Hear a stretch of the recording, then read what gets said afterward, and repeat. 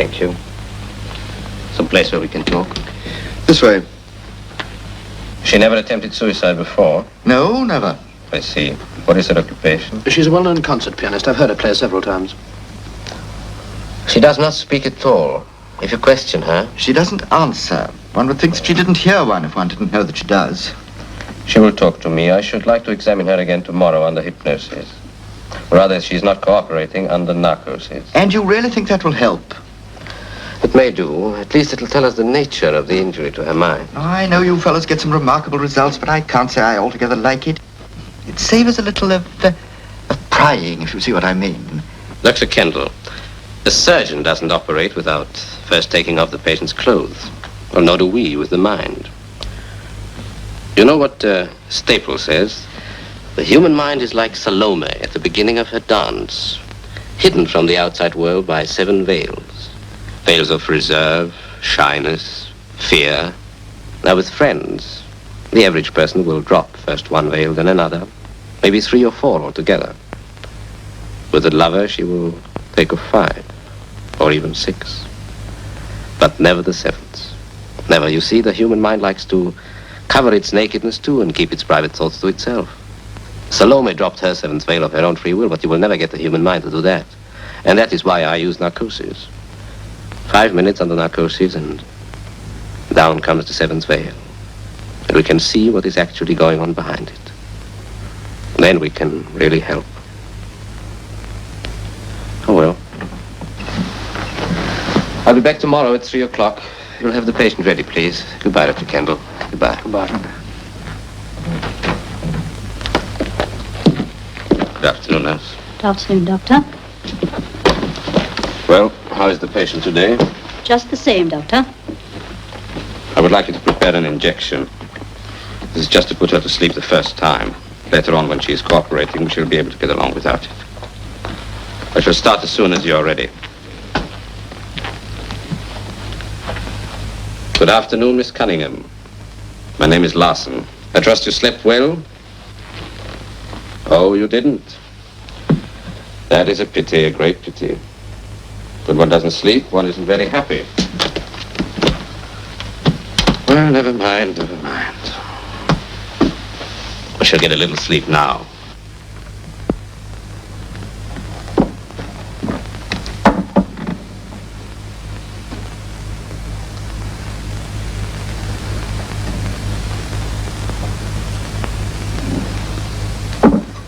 I want you to breathe deeply. Now we'll have a little sleep. You're very tired and you'd like to go to sleep.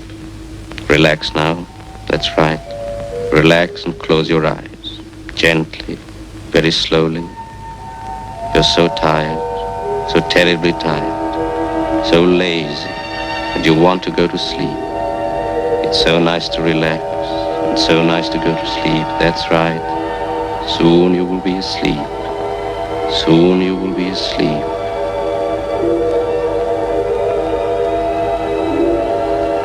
There, you are asleep.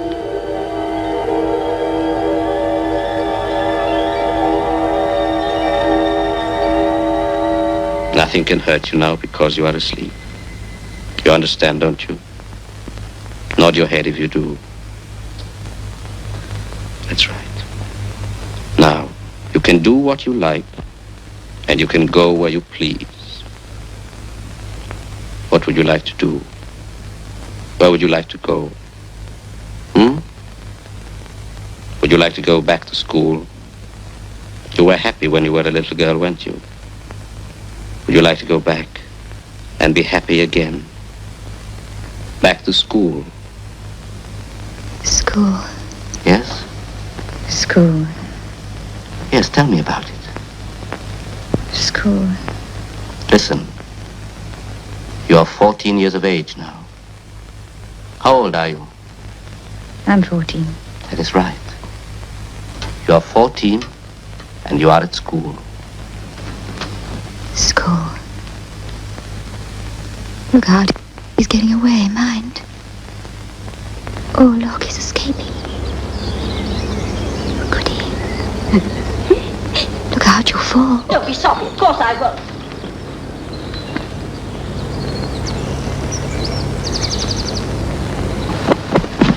How many? 6.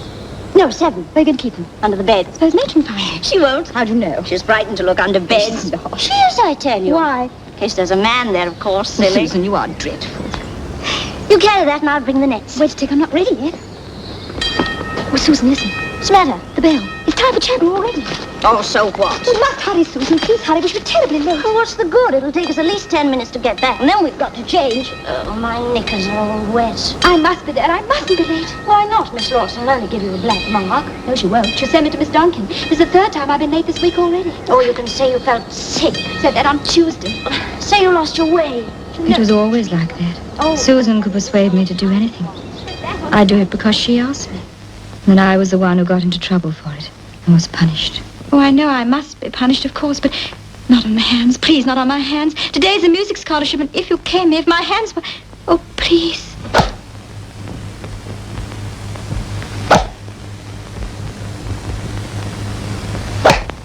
By the afternoon, my hands were swollen and blistered.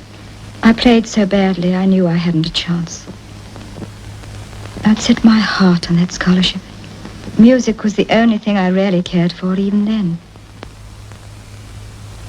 But next time you set for it, you passed easily. I never sat for it again. During that year, my father died. My mother had died when I was 6. And now my father was dead, too. They told me I must go and live with my Uncle Nicholas. Uncle Nicholas wasn't really my uncle at all. I believe he was my father's second cousin, but he was rich, and he was the only relative I had in the world. All right, let's have a look at you.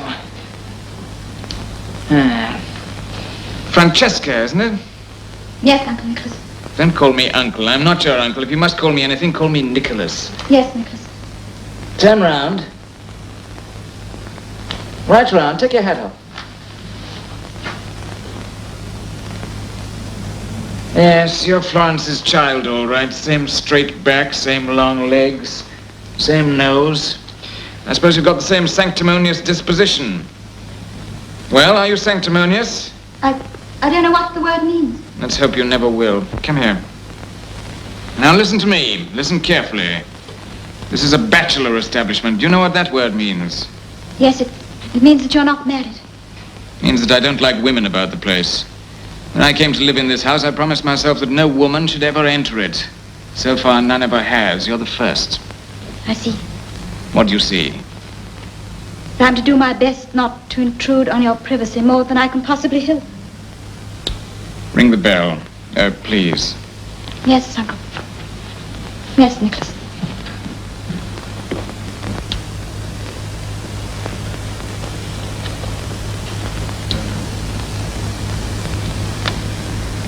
Would you like to stroke him? No. Why not? I hate cats. They frighten me. Oh, well, you'll soon get used to them in this house. Parker, this is Miss Cunningham. How do you do, miss? How'd you... Well, take her away. You know where to put her. Yes, sir. This way, miss.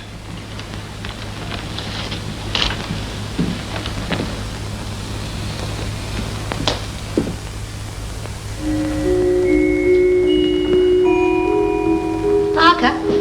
Who's there? Mr. Nicholas's mother, miss. Oh. Is she dead? I don't think so. What happened to her then? I can't tell you that, miss. I shall have to ask Mr. Nicholas. I don't think I should do that if I were you, miss. He doesn't like the subject to be discussed. Her name is never mentioned in this house.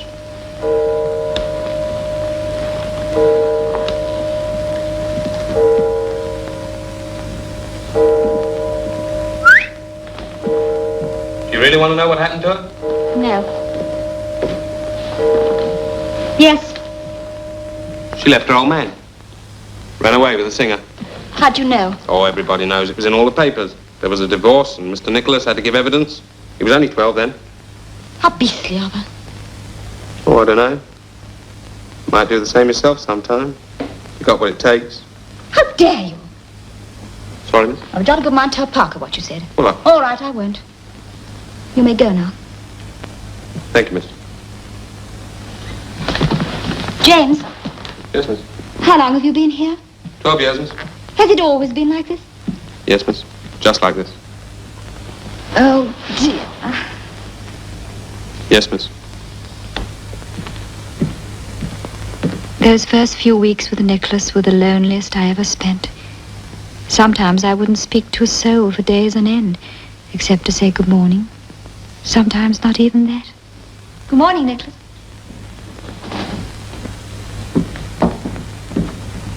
Morning, James.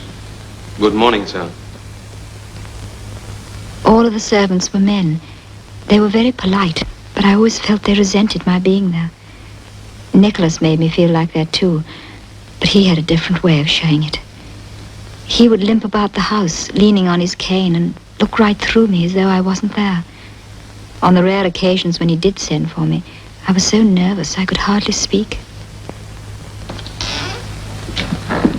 Mr. Nicholas has been asking for you, miss. Oh, where is he? In the drawing room, miss.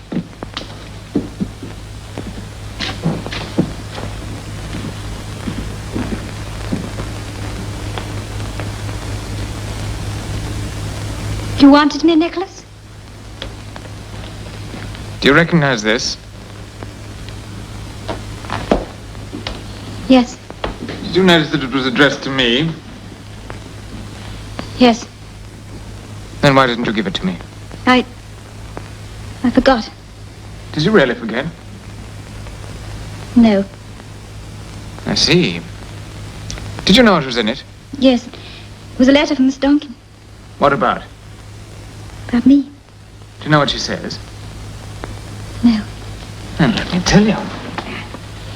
She says, let me see. Your intelligence is rather above the average. Do you agree? I don't know. She also says that you can sew. Is that correct? I suppose so. Francesca is extremely well behaved and has a charming, friendly disposition once she has overcome the initial shyness which sometimes prevents her making friends easily. Are you shy? Yes. Of me? Little. There's no need to be. I won't eat you. I know, but But what? Nothing. What else does the encyclopedic Miss Duncan say of her fledgling? She has studied French, German, elementary mathematics, history, and so on and so on. Francesca has an extraordinary talent for music. She plays the piano extremely well and has an appreciation of music far in advance of her years.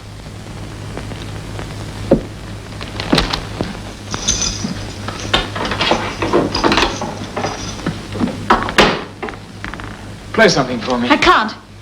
Why not? Please don't ask me. I can't. Come here. Sit down, play something. I can't. I won't.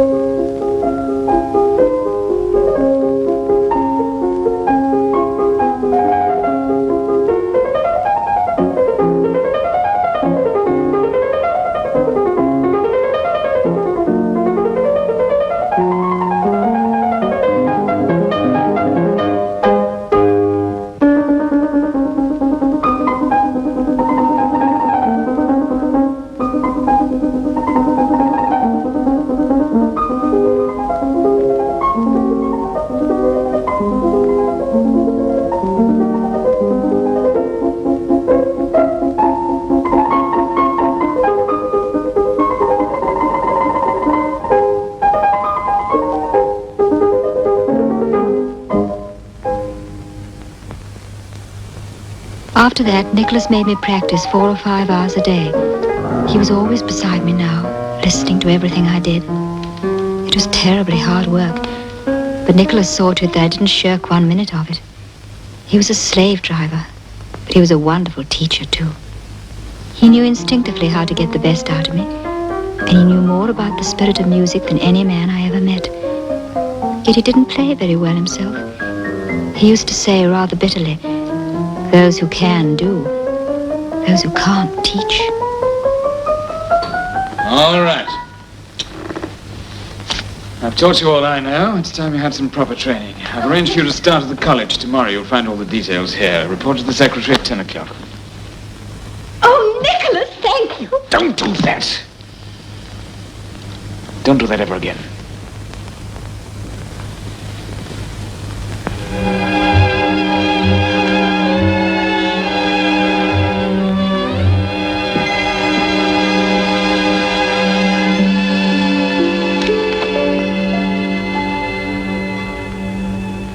Next morning when I got up, Nicholas had gone away. He didn't come back for nearly 3 months. But meanwhile, I'd started at the college, and I was far too busy finding out how little I knew to worry about Nicholas.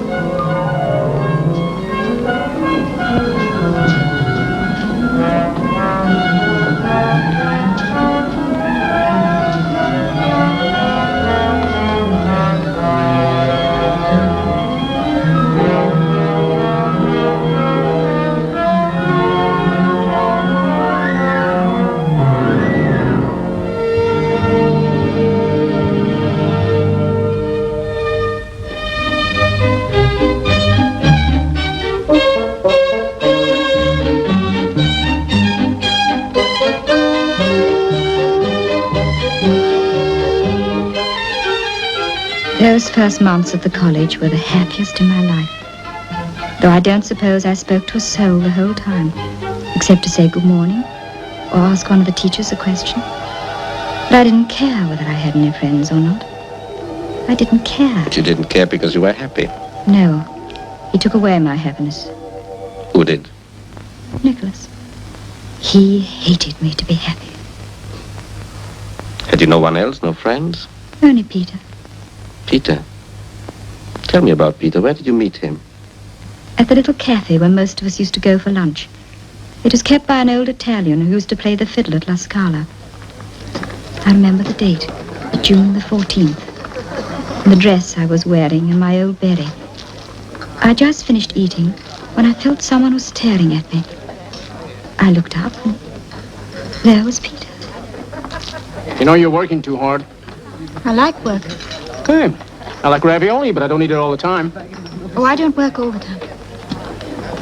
I bet you don't stop even when you're asleep. And you look so serious. Don't you ever smile? When there's something to smile at. Come on, put that score away now. And pay your bill and I'll show you something. Oh, no, thank you. Come on. Peter was like that. I'd seen him before at the college, but I'd never spoken to him, and I didn't think he'd even noticed me. He was an American working his way through college, playing in a dance band at night and studying during the day.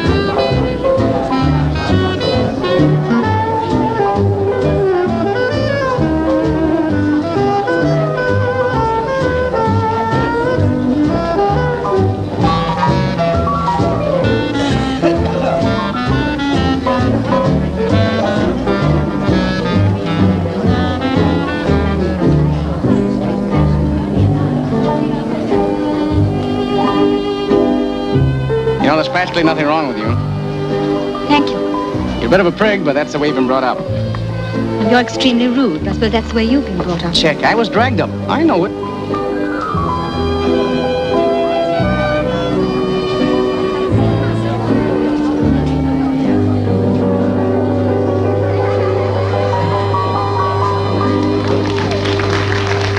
I must go.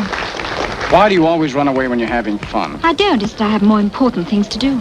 But that's the trouble with you. Now, how often do you take the evening off and go to the movies? Oh, never. There you are. I don't like films. But you should. Why? Because they take you out of yourself, out of real life altogether. Was that such a good thing? Of course it is. Now, look. Suppose this is a film. Poor, struggling musician. That's me. Meets a snooty rich girl. That's you. Do you know what happens? What? She's cold and stuck up and rather unattainable. But underneath it all, she's falling for him in spite of herself, see?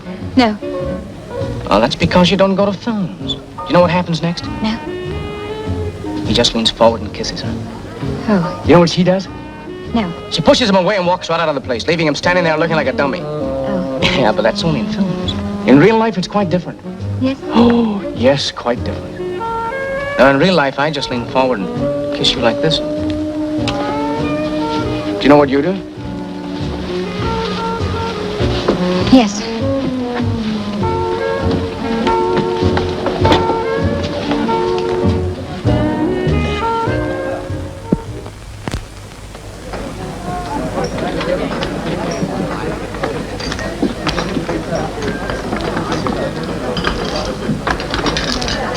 You know, this happens in films, too.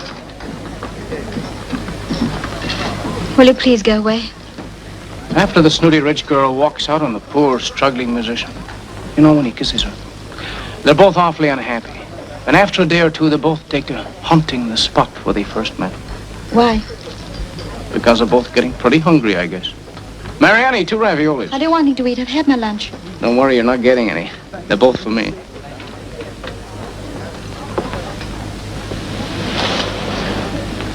Don't you realize I've been so miserable I haven't eaten for a week?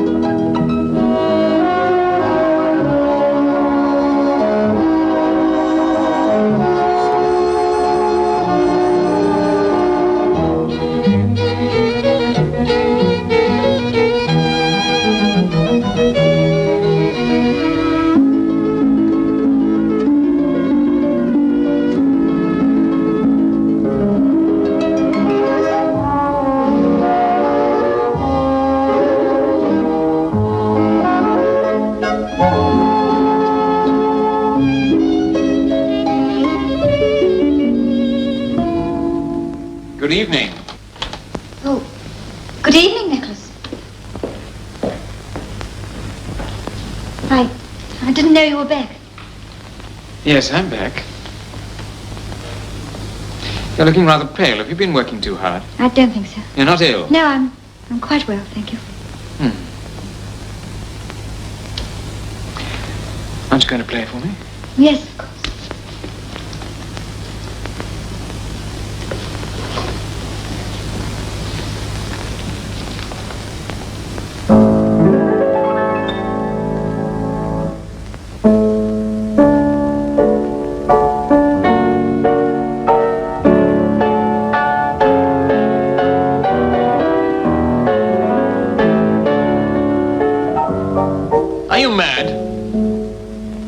You asked me to play. I asked you to play. If you can't think of anything better, play a chromatic scale or a 5-finger exercise. But spare me your suburban shopgirl trash.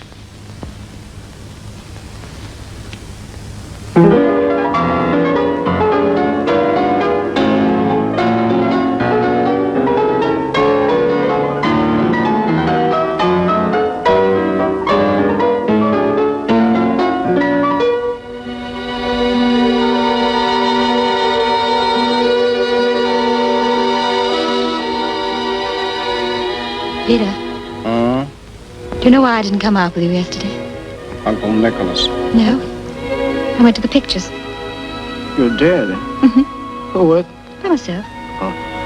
It was a most interesting film. It was about a girl who knew a boy loved her, but hadn't the courage to ask her to marry him. So she thought about it and decided that if he didn't ask her, she'd have to ask him. So, are you listening? Mm-hmm. Oh. Well, this girl in the film, I mean, she decided that she'd have to ask him herself. And did she? No. At the last minute, her courage failed her. Peter, do you remember saying that films were the reverse of real life? Uh-huh. Well, they are. I mean, my courage hasn't failed me. Peter, I want you to marry me.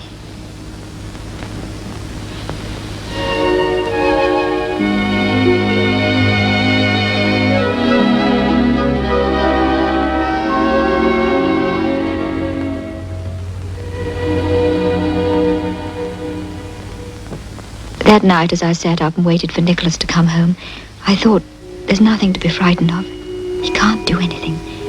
Peter will take care of me now. And then I heard his key in the lock.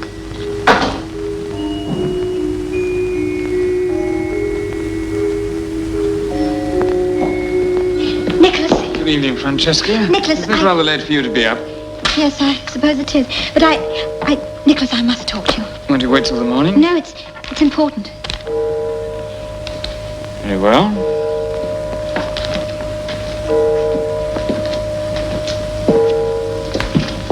Nicholas! Well, let's wait inside. I'm sorry.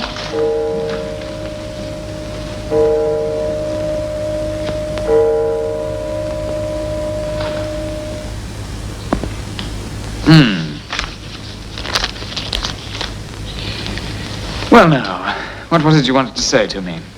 I don't know how to start. Why not start at the beginning? That's the usual way, isn't it? Well, there's nothing usual about this, so I'll start at the end. Nicholas, I'm engaged. Oh.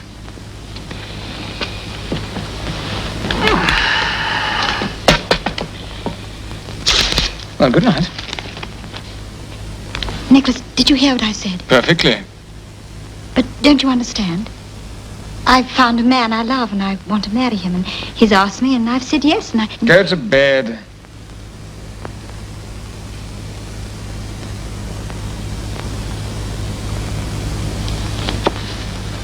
And Francesca, before you go to sleep, pack a bag. We're leaving for Paris in the morning.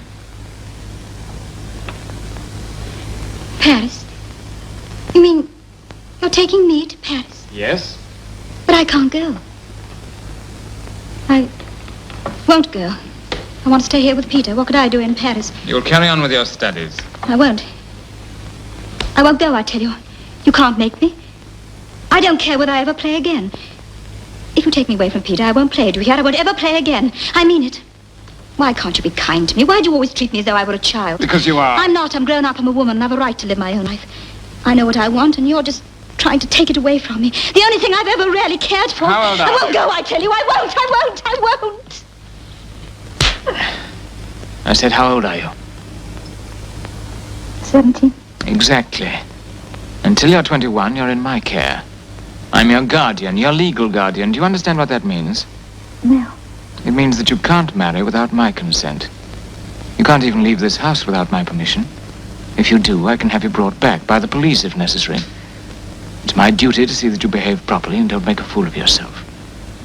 Is that clear? Yes. Then go to bed.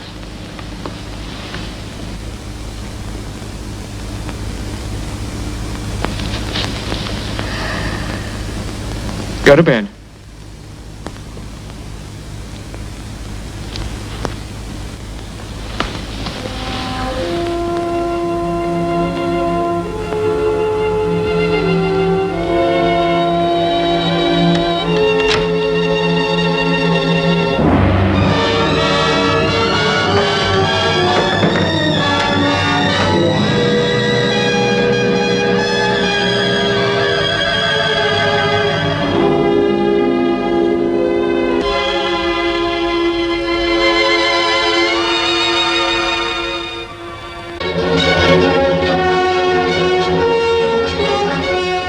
From that moment, Nicholas never let me out of his sight.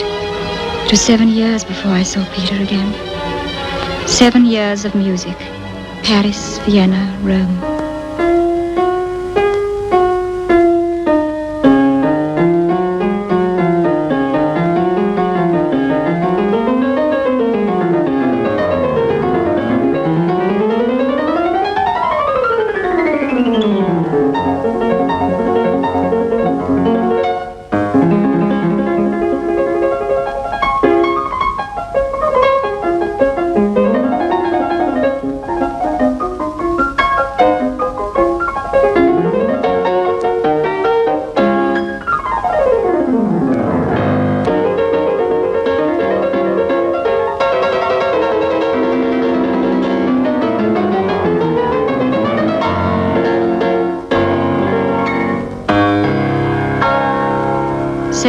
Of Nicholas planning my life, turning me into his dream of a concert pianist.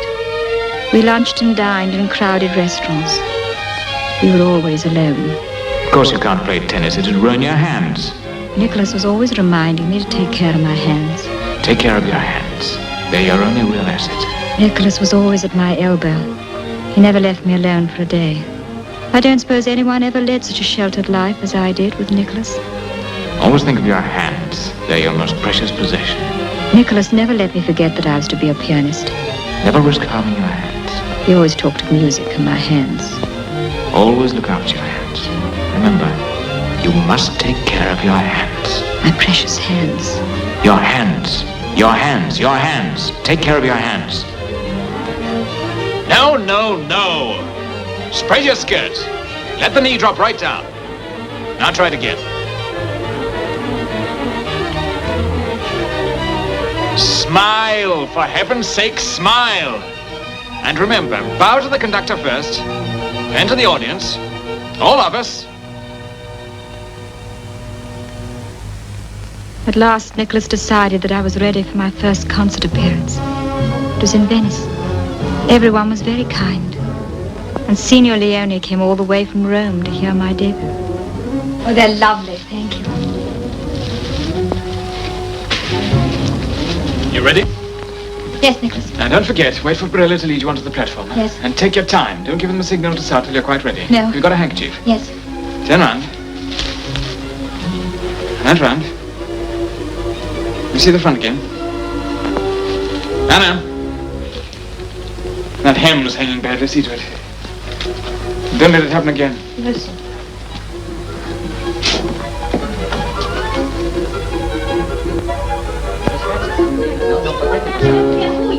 I happen to be a very old friend of Miss Cunningham's. Francesca, Susan, darling. It is Susan Brooke, isn't it? My dear, how clever of you to remember after all these years. Only it's not Brooke now, it's Krabotovich. Horrid, isn't it? Darling, I'm married. Oh, Susan, Francesca and I were at school together, you know. Darling, you haven't changed a bit. Now you're a famous pianist. I only saw your name in the bills this afternoon, and I said to my husband, he's my second. The first was Crunchy Cornflakes. This one's Art Treasures. So much nicer, don't you think? Susan, you are dreadful. I said to my husband, I was at school with that girl. And he said, may not be the same one. You know how silly men are, my dear. And I said, oh, yes, it is. Mine was a pianist, too. Then I told him that screamingly funny story of how you failed your music exam, remember? It was when we were at school. We played truant one day to go and catch frogs or lizards or something quite revolting, and I fell in the water. We got found out. The whole thing was my fault, of course, but the headmistress was absolutely livid and insisted on caning us both most frightfully. Darling, don't put that down. Of course, I couldn't have cared less. But the joke of the whole thing was, Francesca was sitting for a music exam that same afternoon. Oh, she played like nothing on earth and failed miserably. Just think of Francesca failing her first music exam. It really is too funny. What's the matter, Francesca? Is something wrong? Nothing, Nicholas, thank you. Oh, did I say something I shouldn't? Well, I mustn't interrupt you anymore. I'll go out front and listen. Darling, you simply must come and have tea with me one day and meet all my husband's relatives. Terribly odd people, quite frighteningly rich. Goodbye, darling. Astonishing luck. Don't forget to ring me. Goodbye. Goodbye.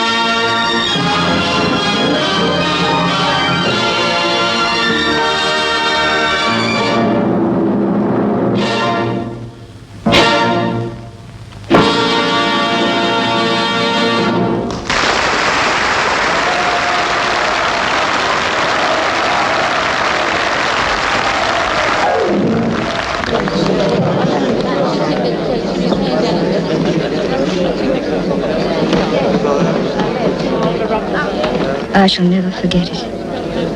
Never. That awful fear for my hands.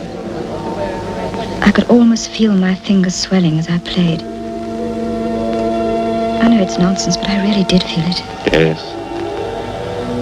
I'm sure you did. You never saw Peter all this time? No. I managed to write to him from Paris, but the letters came back marked gone away.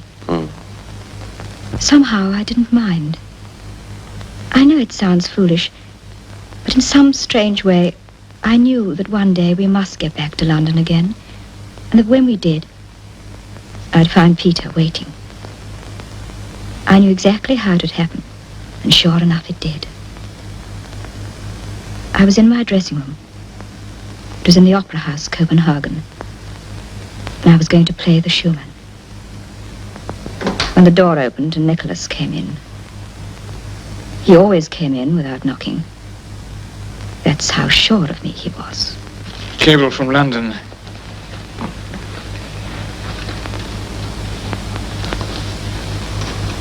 They want you for the Albert Hall next month. Do you want to go? Why ask me? You usually settle these things without consulting me. If I do, it's only to save you trouble. You know, you can do exactly as you please. Can I, Nicholas? Of course. You mean I can refuse this offer? Any offer? Of course, if you wish to. No, I think I should like to go. I'll wire them now. That night when Nicholas came to collect me after the concert, he knocked at my door. Come in. It was the first time I ever remember him doing so. You ready? Almost. Would you like to dine at the Viking? If you like. We can go to the Rotunda if you'd rather. No, the Viking will do. Francesca, there's something I'd like to say to you. Yes, Nicholas? You said tonight that I never consulted you over anything. Oh, it doesn't matter. But it does. If I haven't done so, it's because I wanted your life to be as smooth and easy as possible. To save you worry. To enable you to concentrate on your music. No, but Nicholas... No, let me finish. I've devoted years to converting a very ordinary little girl in pigtails into a first-class artist. I've given up everything to be with you and to help your career. And yet I've made no demands on you at all. No demands of any sort. You understand? Yes, Nicholas. You're completely free to do as you please, to come and go as you choose. Yes, Nicholas.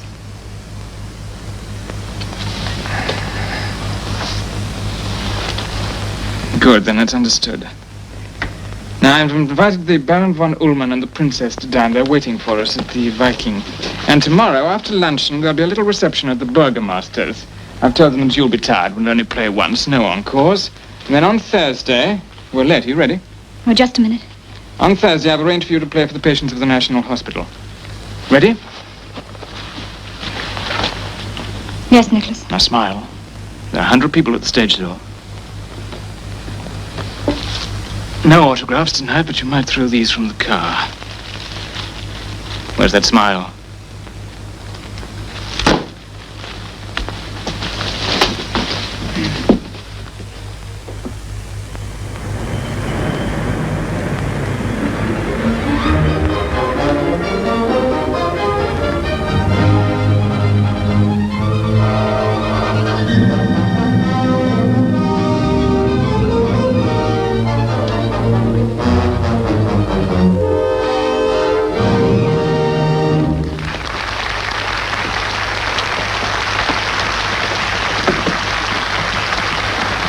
Nervous?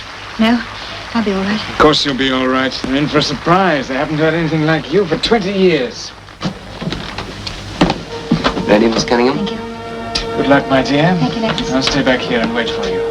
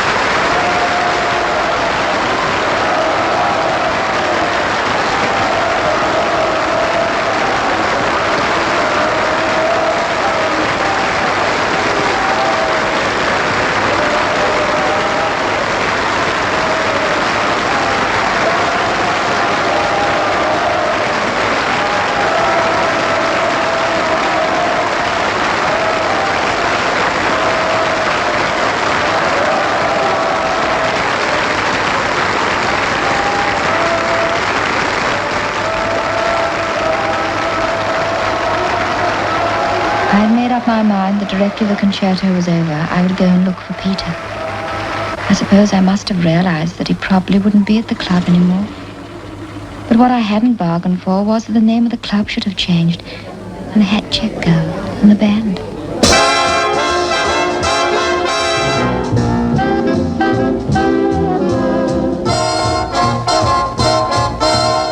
All I could find out was that Peter Peter had had a row with the management and gone to the Golden Fleece. At the Golden Fleece, someone remembered that they'd seen him at the Monte Carlo. At the Monte Carlo, nobody knew where he was, except the receptionist thought he'd gone on the halls of the big stage band. And then when I'd given up all hope of finding him, my taxi suddenly stopped, and there, looking straight at me, was Peter's face.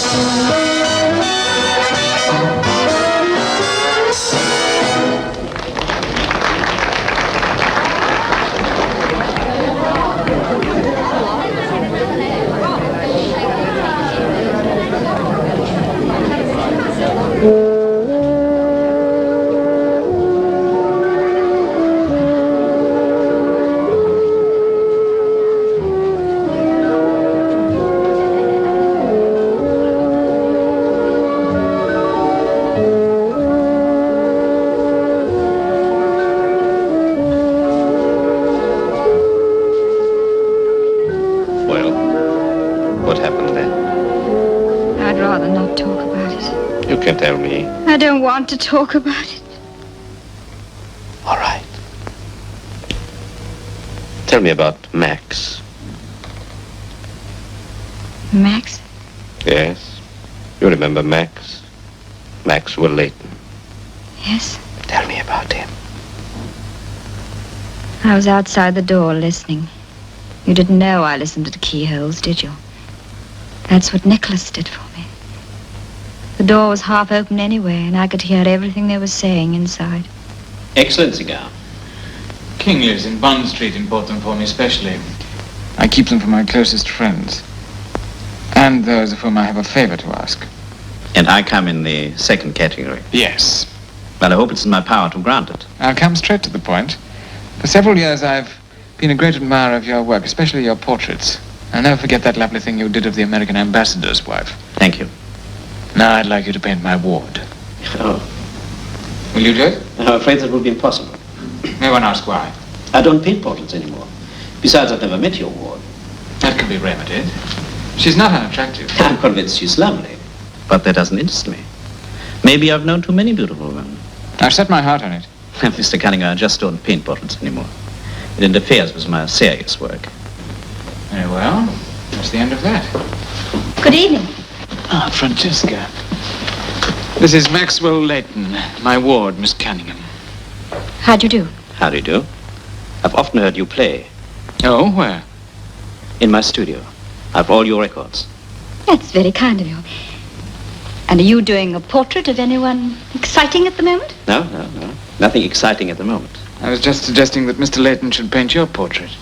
Oh. But I don't care to have my portrait painted. I beg your pardon?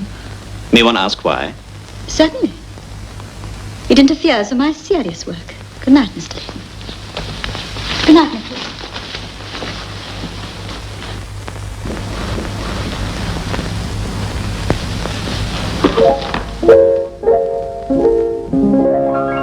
I hope my being here doesn't interfere with your playing. Not at all. When I'm working, I lose all contact with the outside world. I sometimes go on long past mealtime. Do you? Well, if you do that today, I'll just slip away. You don't mind? No. I'm merely being considerate. Considerate? To my stomach. Oh. Can you really work as well while I'm playing? No. You tell me. It was our bargain. I'm not to interfere with your work. Even if my playing interferes with yours? That's what we agreed on.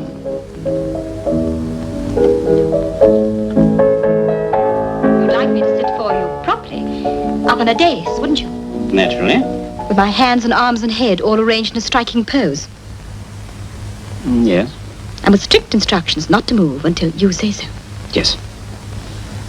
Would you still like me to do that for you? I would love you to do that. In spite of our bargain? In spite of our bargain. Well, I'm not going to.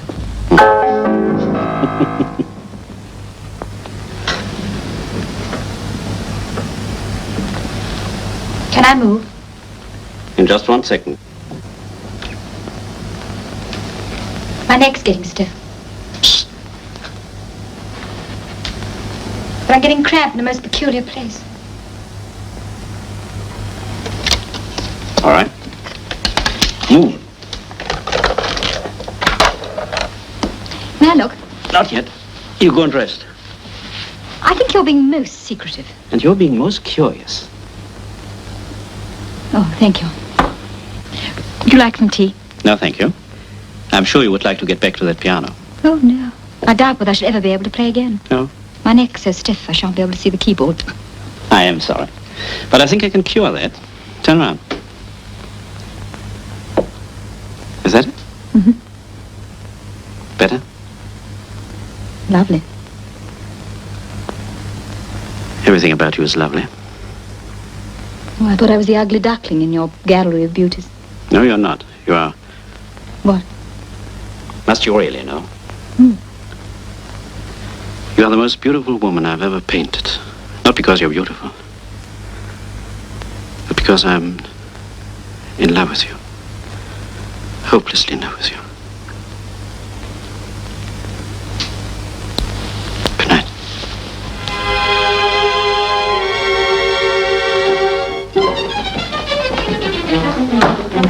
Oh, Leighton, I'd like a word with you before you go.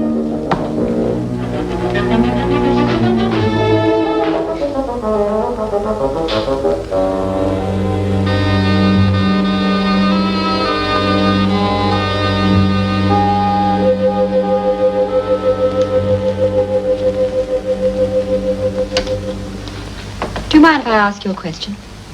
Of course not. As long as you don't move. Last time you were here, you said something that worried me very much.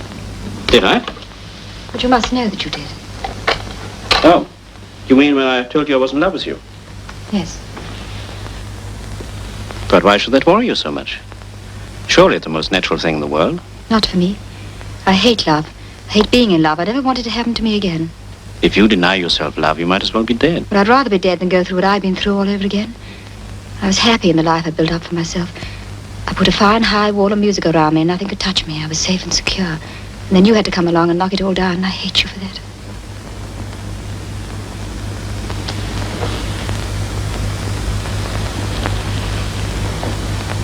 On the contrary, you love me. Maybe I do.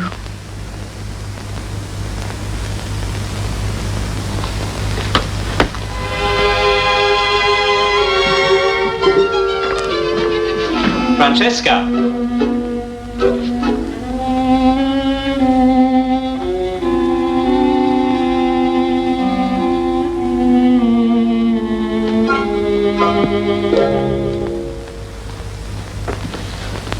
Well, would you like to look at it?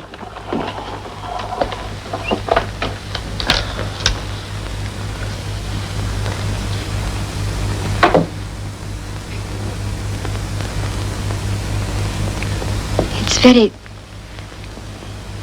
very good.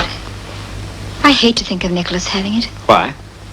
Because it looks right through me, and I'd hate to think of Nicholas being able to do that. You're frightened of Nicholas, aren't you? Yes. Why? He has some extraordinary power over me. You'll think it's absurd, but he knows what I'm thinking. He knows what I'm going to do, almost before I know myself. He's quite determined I shan't do anything that interferes with his plans. But then why do you stay with him? I don't know. I don't think I can help myself. No, let's talk about it. All right. I'll get you a drink. Yes, please. What are you going to do now you finished it? Take a holiday, I suppose. Have I been such hard work? No, no. Yes, perhaps you have. Where will you go? I don't know yet. Italy, perhaps. I've got an old tumble-down villa there on a hill above the sea. Very quiet. So restful. Sounds lovely. Will you paint? Not unless you come with me. Francesca, must we keep on pretending? I'm in love with you and you love me. We could be very happy.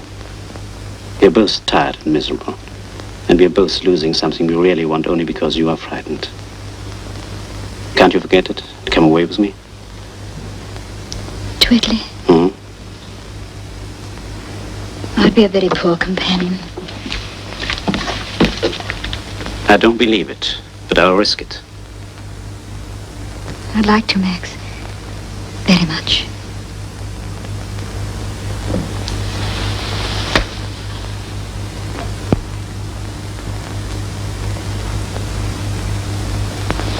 What is it, darling? I was wondering how I was going to tell Nicholas. Oh, let me tell him. No, I'll manage somehow. Max, it's not important, but just how do we arrange things? How do you mean? Do you want to marry me? I never thought of that. I see. Do you want me to? I'm not sure. You know that if you... No, I don't think it matters.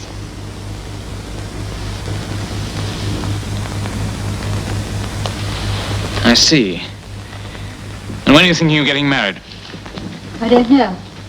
Probably never. You said you were going to Italy. So I am. You mean you're going to live with him openly? How can you even think of such a thing? I won't listen to another word. Nicholas, I don't care whether you listen or not. I don't care what you say or what you do. This is my life, and I propose to live it in the way I think best. Francesca? It's no good, Nicholas. You can't browbeat me anymore. I'm grateful to you for some of the things you've done for me, but I'll never forgive you for some of the others. Anyway, it's over now. I'm going with Max next week. Please don't try to stop me or make me change my mind, because I won't change my mind, and nothing's going to stop me. Is that clear? I'll say goodbye to you before I go.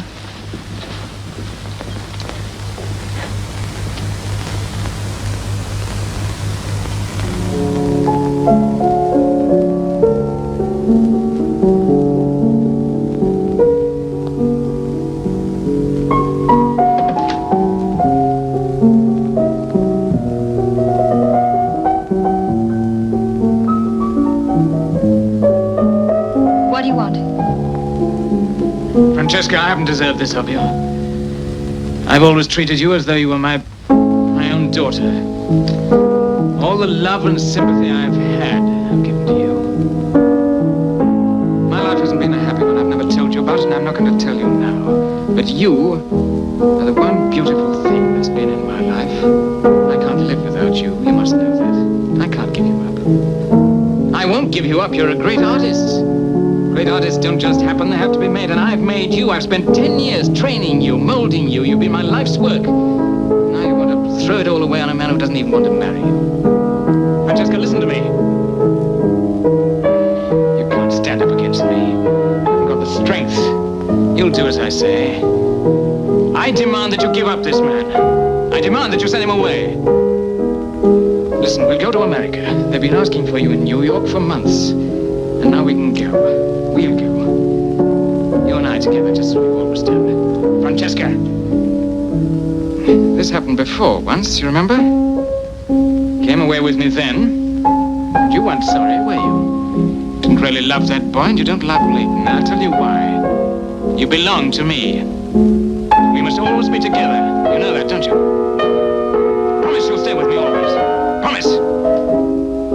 Well, if that's the way you want it, very well. If you won't play for me, you shan't play for anyone else ever again.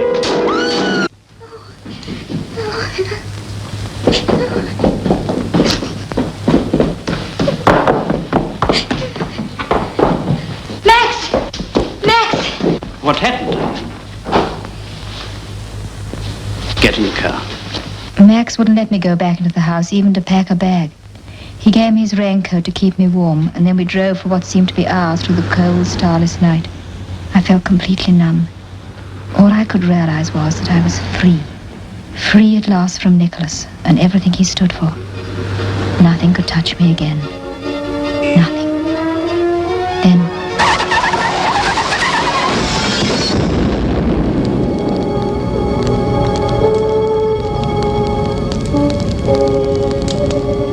I woke up in bed at the nursing home. For a moment I couldn't think what had happened. And then it all came crowding in on me. I looked down at my hands. They were bandaged and I couldn't move them. I knew then that I should never play again. Thank you, nurse. Hello, Francesca. Oh, that's nothing.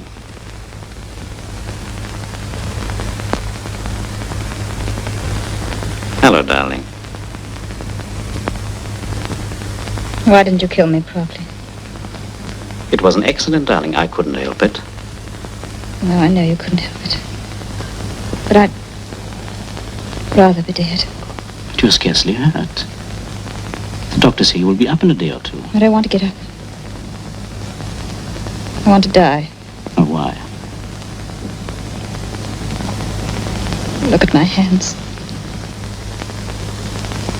They're only very slightly burnt. No bones broken. Nothing that won't heal up in a week or two. I don't believe you. But it is so. Ask the doctors, ask the nurses. I don't believe them either. You're all saying this to keep me quiet. But I know, I tell you, I know. I shall never be able to use them again. I shall never be able to play anymore. Francesca. Don't touch me. God. I wish I were dead. I wish I were dead.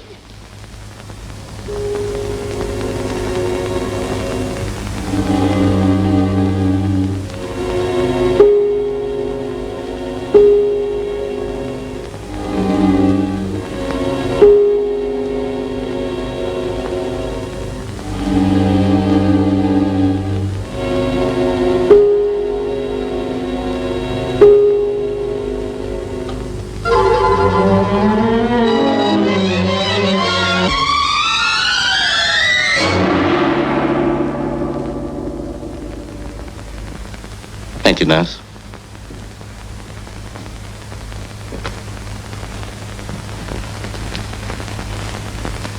Your coat, Doctor?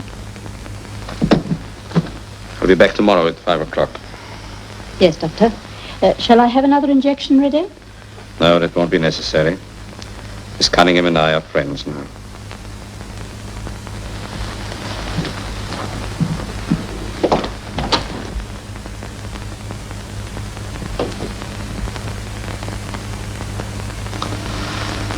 So, here we have Francesca Cunningham's case history. The caning at school, resulting in the failure at the music examination, and the fear that her hands might be injured. The attempt by her guardian to smash her hands. Finally, the car crash, the shock of finding herself in hospital with her hands bandaged. Now, all these things together have produced a fixation, barrier in the patient's subconscious mind, which is now preventing her full recovery. It is this barrier which we now have to break down. And I believe I have found the way to do it. That's why I've put her under hypnosis. Now, with the help of music which we know she loves, I'm going to suggest to her the way to conquer this fixation.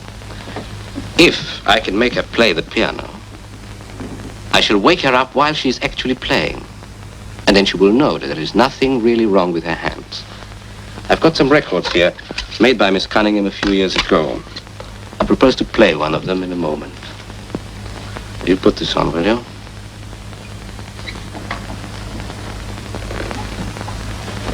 Now, Miss Cunningham, I want you to listen to me carefully and do exactly as I tell you.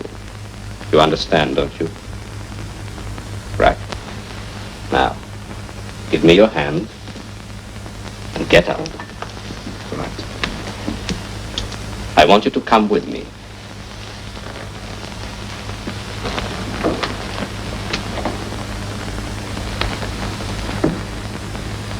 I want you to sit down here at the piano.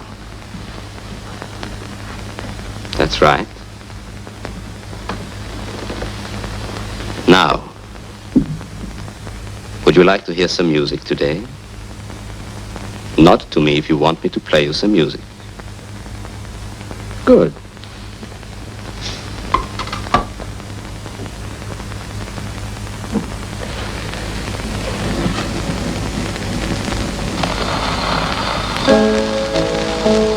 There. There is your music. Just as I promised you.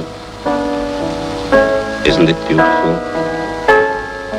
Don't you want to play it yourself? Play? Yes. Don't you want to play? I can't. Yes, I can't. yes, you can. You can if you want to.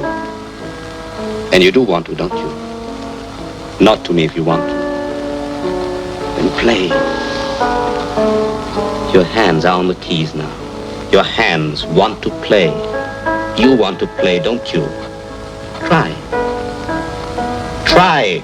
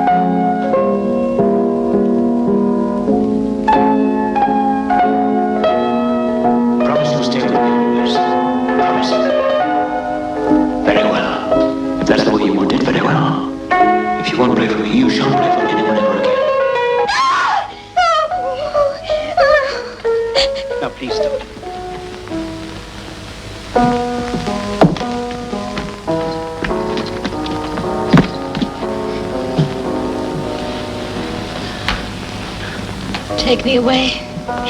Take me away.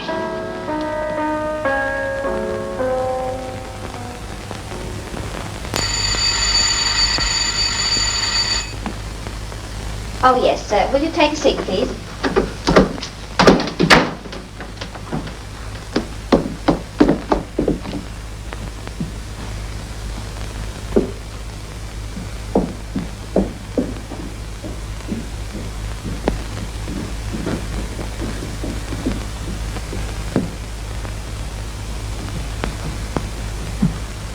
I would like to speak to you for a moment, please.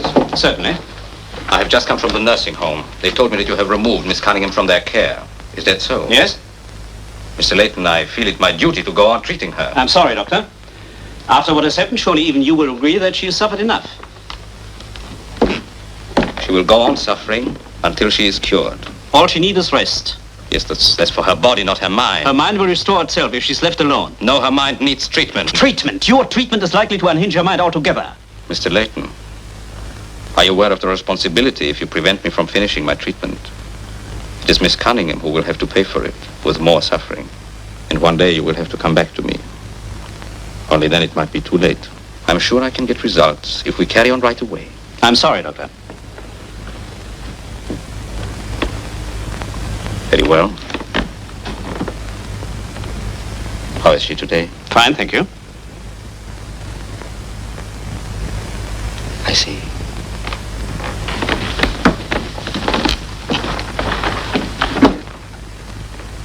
Mr. Layton, this is all wrong. This is all wrong. I do not want to fail with this particular case. Would you mind if I went to Miss Cunningham's guardian and asked his permission to treat her? Not at all. Only he won't be her guardian much longer. No, why is that? We are to be married next week. Oh, I see. Excuse me, but have you got her consent? I propose to ask her. Mr. Layton, that poor girl is in no condition to make up her mind on anything at the moment. I warn you. What you're doing is very dangerous.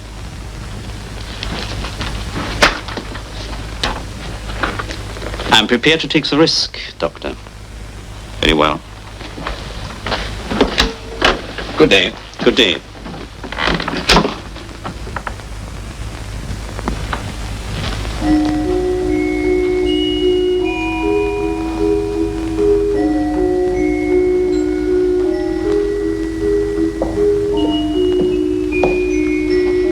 Dr. Larson, It is good of you to see me. take a seat. Thank you. Your business? I have come to ask your assistance in a case in which I'm working. What is the case? The name of my patient is Miss Cunningham. Francesca Cunningham. Well? Miss Cunningham is your niece, and... She's my second cousin. I see. Well, she has lived with you here in this house, and I take it you have often heard her play the piano, practicing and so on. What is all this leading up to? I have a record here. It is of a tune which has assumed some importance in the case. I wonder if I could play it to you. And if you would be good enough to tell me whether you know anything about it. Whether perhaps it has any sentimental associations, or is connected with anyone she knew. Go ahead. Thank you. Don't expect me to know anything about her private affairs. It is always possible.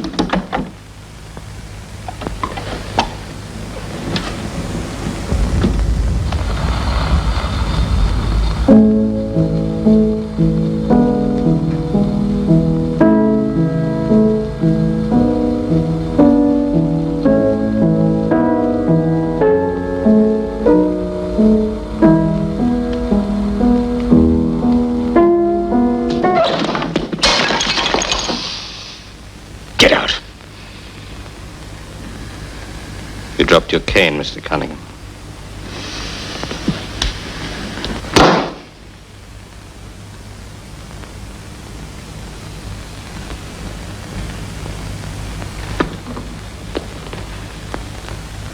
Allow me to thank you. You have helped me after all. I always knew of the power you have over Miss Cunningham. But now I know why. I know what she means to you.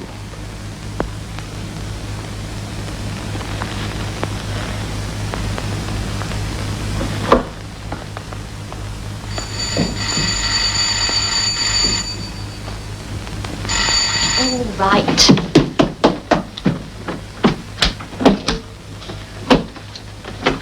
I wish to see Mr. Layton. Mr. Layton's not at home, sir. I'll wait.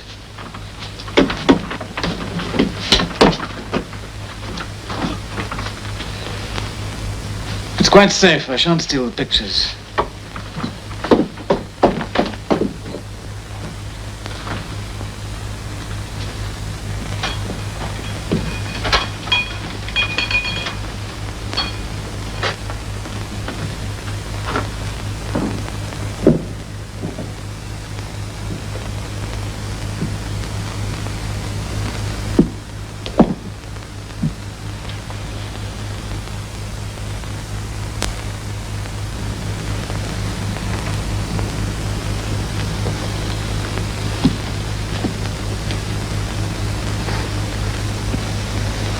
Francesca.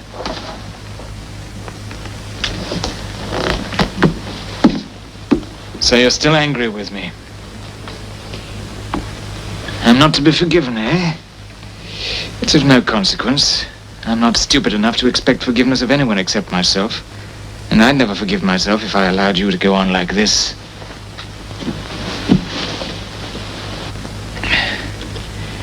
You know there's nothing the matter with you, don't you? You know you can be cured quite easily and play again if you want to. No, I don't know. I don't think so. Larson can cure you if you give him the chance. I can understand Layton not wanting you to get better. It'd mean he'd lose you, and of course that's the last thing he'd want. But you...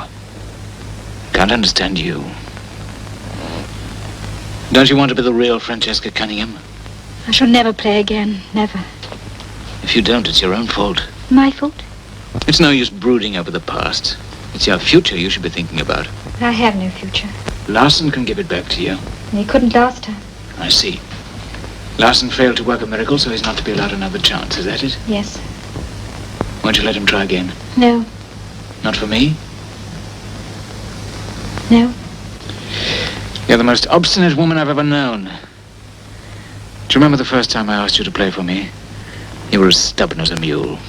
I was frightened. Frightened? Am I such a frightening person?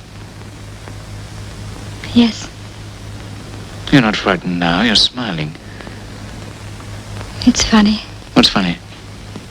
It's so different when you're kind. When you're like this, I'd do anything for you. Then you'll play again, won't you? All you've got to do is to make up your mind. Larson will do the rest. I can't, Nicholas. I've tried. Look at me. Look at me.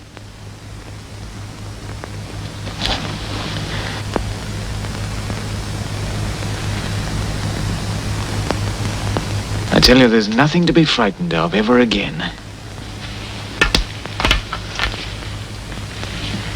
Nothing to be frightened of ever again. You really want to play, don't you? Yes, I do, Nicholas. Then you'll see Larson. Yes, I'll see Larson.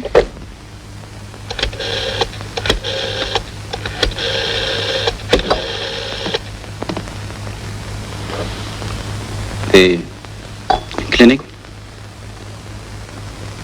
May I speak to Dr. Larson, please? You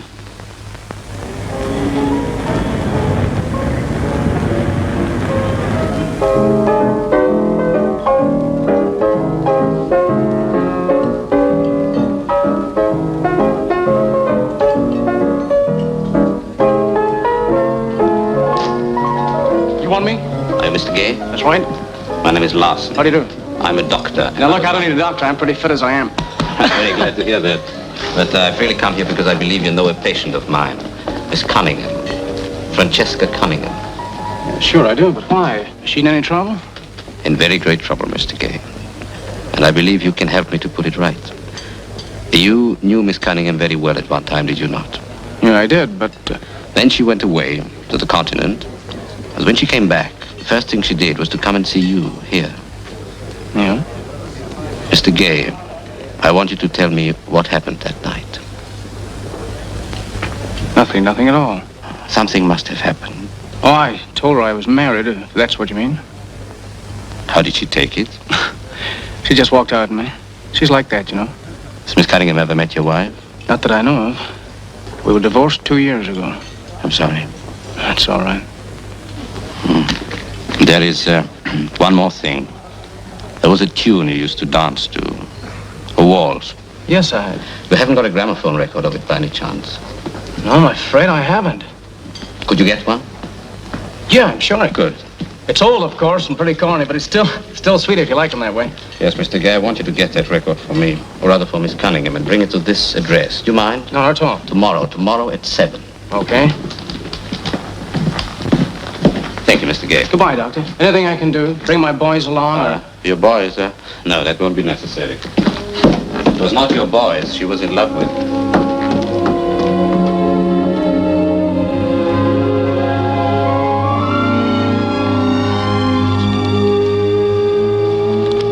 This way, sir.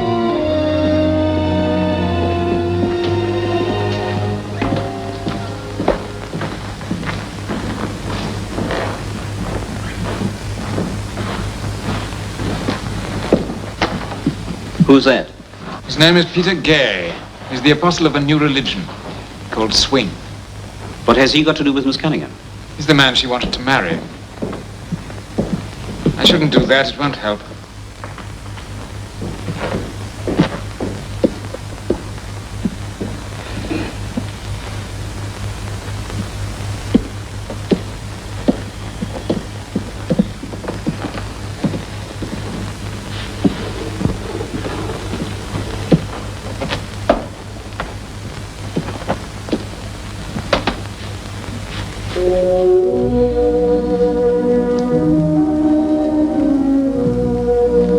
What is that music?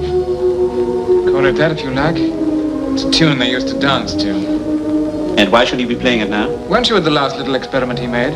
Yes? Then you ought to be able to imagine what's going on. Whiskey? Yes, please. Parker. Whiskey for Mr. Layton, please.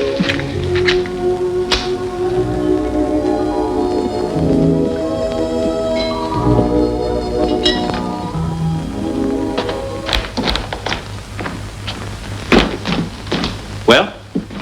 Well, what? Did anything happen? That's what I'm trying to figure out myself. Is she all right? What did Larson say? Well, I guess it all adds up to something, but he's way ahead of me. What's the good of turning the clock back anyway? Never did anyone any good. I wouldn't be too sure of that. Have a drink. Thanks.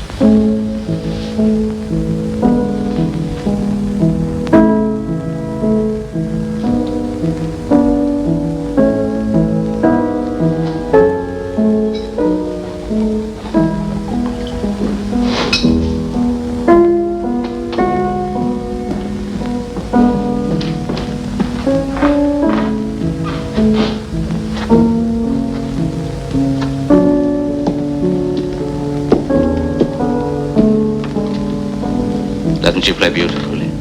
Is she playing? Yes. That's my Francesca.